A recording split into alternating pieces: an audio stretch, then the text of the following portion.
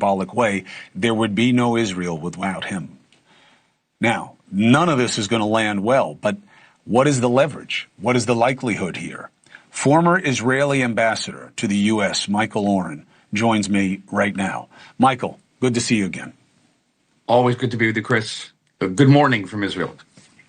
Yes, thank you very much for getting up in the middle of the night and doing this for us. But I got to tell you, I don't feel guilty about asking you to get up this time.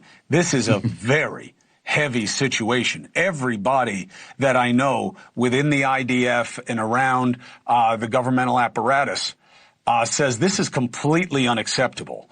The way Trump is talking, what the expectations are, the way this seems to be going for the regime. I haven't heard Israeli sources be as determined that it's not going to happen this way. This is not the way it's going to go. How real is that, or does Bibi have to do what the President of the United States tells him he has to do? Well, let's cut through. There's a lot of information here, a lot of fog. I've been listening to your summary. It's quite excellent, Chris. But here's the bottom line. We went to war together with the United States to achieve very specific goals in Iran.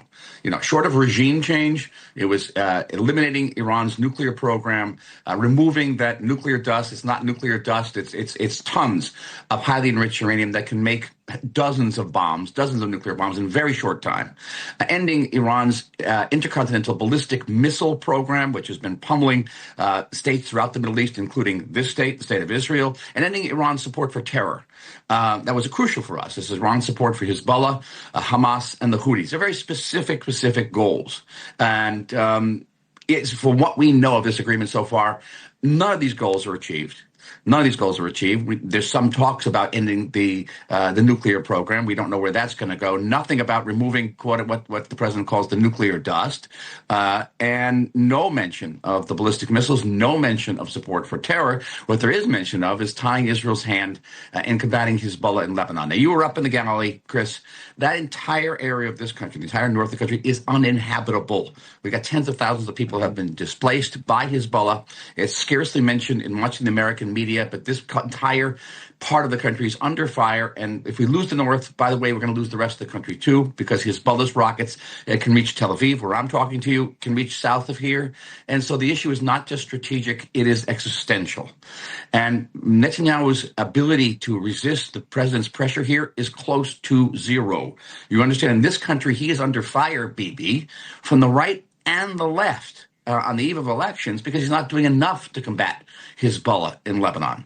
And we don't wake up in the morning and think, oh, let's go blow up an apartment building in Lebanon. We want to make peace with Lebanon. But Hezbollah is hiding in that apartment building precisely to get the reaction from the president, which they did get. They hide behind the civilian population and use it as a human shield. So we can say that we're between a rock and a hard place, I think is a vast understatement. The agreement will not only not address these core issues, which are vital for Israel's security, it's going to allow the Iranian regime to rebuild that what was destroyed during this war, and to once again becoming and that euphemistic term, a malign regional factor, which is going to support terror, is going to undermine pro-Western countries throughout this region, and basically put the Abraham Accords into a closet, because the only reason countries join the Abraham Accords is because America's strong and standing up to Iran.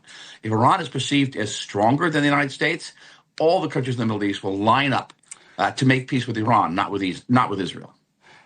How do you think it will hit Bibi's ears to hear President Trump sound like his critics on the left in America?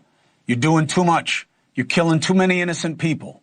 And it's not necessary, and it's been happening too long. Donald Trump sounds just like the Democrats who have been critical of Israel. How will that land on Bibi Netanyahu? Well, it's interesting. One of the headlines in Israel tonight is that the Netanyahu campaign for the elections is now eliminating the factor that it was really prominent in that campaign, that is Bibi's special friendship with Trump. They're not emphasizing that anymore. They've cut that out. And there's a tremendous amount of concern, trepidation in this country, disappointment, hurt. And frankly, I got to say this not as a former ambassador, but as an historian. Countries look at America's relationship with this country, with Israel, as kind of a barometer of America's steadfastness and credibility. And if America treats its allies, including an ally that went to war with it only weeks ago, shoulder to shoulder, in this way, it's not going to redound to America's credibility. And that's going to be important in the world when you're facing adversaries like Russia and like China. There's a long picture here, a big picture here, not just a regional one, but a global one. Michael Oren, thank you for getting up in the middle of the night. Thank you for giving us the state of play from your perspective where you are, and I appreciate you. I'll speak to you soon. Chris, for you, anything. Good night. Take care. Thank you, Michael. 4 minutes and 35.